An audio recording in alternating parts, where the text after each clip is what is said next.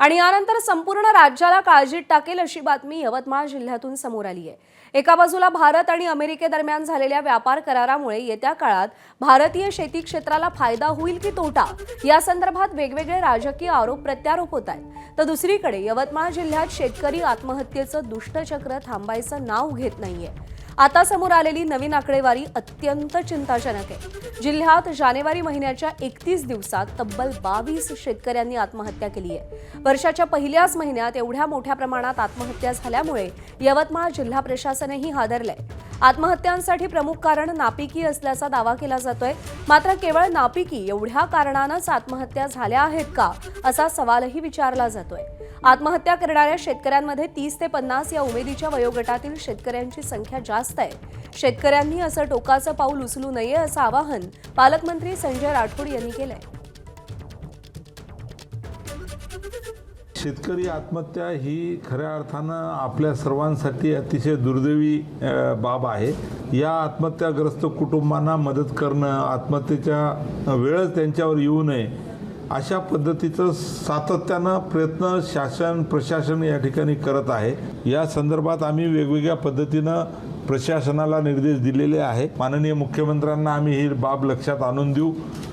DPC मधून तर आम्ही करणारच आहोत, पण शासन स्तरावर सुद्धा वेगळा कार्यक्रम काय आणता येईल यासाठी सुद्धा प्रयत्न आमचे राहणार आहे। आम्ही दोन्ही मंत्री महोदय या ठिकाणी आव्हान करणार आहे, विनंती करणार आहे की आत्महत्येसारखा टोकाचं पाऊल या ठिकाणी कोणी उचलू नये। शासन शेतकऱ्याच्या पाठीशी आहे। तर दुसऱ्या बाजूला विरोधकांनी एकाच महिन्यात एकाच जिल्ह्यात एवढ्या मोठ्या प्रमाणावर शेतकरी आत्महत्या झाल्यामुळे सरकारला धारेवर धरलंय। यवतमाळ जिल्ह्यात जानेवारी महिन्यात 25 शेतकऱ्यांची आत्महत्या झाली। हे फार दुर्दैवी घटना आहे, कारण या जिल्ह्यात नव्हे तर पूर्ण महाराष्ट्रात कर्जमाफी होणे आवश्यक होतं, ती झाली नाही। दुसरी गोष्ट, शेतमालाला भाव नाही। कोणत्याच मालाला, म्हणजे तुरी असो, कापूस असो, ज्वारी असो या सोयाबीन असो, मालाला भाव नसल्यामुळे आज ही आत्महत्या या ठिकाणी होत आहे। सरकारने याकडे लक्ष घातलं पाहिजे। दरम्यान शेतकरी नेते किशोर तिवारी यांनी या सगळ्या प्रकरणासंदर्भात काय प्रतिक्रिया दिली आहे पाहूया। ही ट्रेड डील तर आजच त्यांनी म्हटलं की भारतात आता आम्ही ट्रेड डेफिसिट कमी करण्यासाठी कापूस उत्पादक शेतकऱ्यांचा जास्त ते जास्त निर्यात करतील, तर अजून बिकट परिस्थिती होणार आहे। एकीकडे सरकार कर्जमाफी करणार असं बोलत आहे, दुसरीकडे दाबून कर्ज वसुली सुरू आहे। जोपर्यंत पीक पद्धती बदलत नाही, जोपर्यंत लागवडीचा खर्च कमी केला जात नाही, जोपर्यंत पतपुरवठा धोरण सुधारत नाही, तोपर्यंत आर्थिक परिस्थिती बदलत नाही। तर एकीकडे यवतमाळ जिल्ह्यात ही परिस्थिती असताना बातमी छत्रपती संभाजीनगरमधून सुद्धा तेवढीच धक्कादायक आहे। कारण मराठवाड्यात झालेल्या अतिवृष्टीमुळे लाखो हेक्टरवरच्या उभ्या पिकांचं अतोनात नुकसान झालं। सरकारनं मराठवाड्यातल्या 8 जिल्ह्यातील 9.5 लाख शेतकऱ्यांना 8,733 कोटींची नुकसान भरपाई दिली होती। मात्र अजूनही KYC केली नाही म्हणून 2,41,892 शेतकऱ्यांना पैसे मिळालेले नाहीयेत। शेतकऱ्यांसाठीची 131 कोटी 53 लाख रुपयांची रक्कम सरकार दरबारी पडून आहे। जर मार्च अखेरीस KYC केली नाही तर सगळी रक्कम सरकारला परत पाठवावी लागेल। त्यामुळे मदत येऊनही KYC न करणारे हे शेतकरी कोण हा प्रश्न या निमित्तानं उपस्थित होतोय।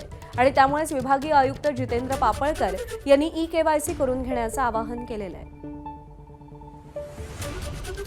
आपल्याकडे 2,41,892 ही आपल्या विभागातील एवढे शेतकरी आहे, ज्या शेतकऱ्यांनी अद्याप त्यांचं KYC अद्याप केलेलं नाही। तर आपलं KYC अद्याप शिल्लक राहिलं असेल, त्याच्या याद्या सर्व तहसील कार्यालयामध्ये उपलब्ध आहेत। आपलं नावाची आपण जर का खात्री करून घेतली तर आपल्याला त्याची काही त्रुटी आहे ती त्रुटी पूर्तता करून घेतल्यानंतर सर्वांच्या अकाउंटला पैसे जातील की मार्चच्या नंतर आपल्याला हे सगळे पैसे शासनाच्या खाती आपल्याला जमा करावे लागतील। त्याच्यामुळे माझी पुन्हा एकदा सर्व शेतकऱ्यांना विनंती आहे की ज्यांचं KYCचं काम शिल्लक राहिलं असेल त्यांनी ताबडतोब आपलं KYC आपल्या तहसील कार्यालयामध्ये जाऊन किंवा तपासून घेऊन ते एकदा पूर्ण करून घ्यावं। तर कोणत्या जिल्ह्यात किती शेतकऱ्यांनी ई-केवायसी केली नाही आणि किती रक्कम पडू नये यावर एक नजर टाकूया ग्राफिक्सच्या माध्यमातून. छत्रपती संभाजीनगरमध्ये 39,672 शेतकऱ्यांनी ई-केवायसी केलेली नाही. 24,09,00,000ची रक्कम तशीच पडू नये. जालना जिल्ह्यात 28,419 शेतकऱ्यांचे 14,09,00,000 रुपये पडू नये. परभणीमध्ये 39,074 शेतकऱ्यांचे 19,14,00,000 रुपये पडू नये. हिंगोली जिल्ह्यात 7,033 शेतकऱ्यांचे 3,91,00,000 रुपये पडू नये. नांदेडमध्ये 50,232 शेतकऱ्यांचे 26,94,00,000 रुपये पडून आहेत. बीड जिल्ह्यातील 22,801 शेतकऱ्यांचे 12,20,00,000 वितरणाविना पडून आहेत. लातूरमध्ये 35,000 शेतकऱ्यांचे 17,60,00,000 पडून आहेत. धाराशिवमध्ये 19,661 शेतकऱ्यांचे 13,56,00,000 रुपये पडून आहेत.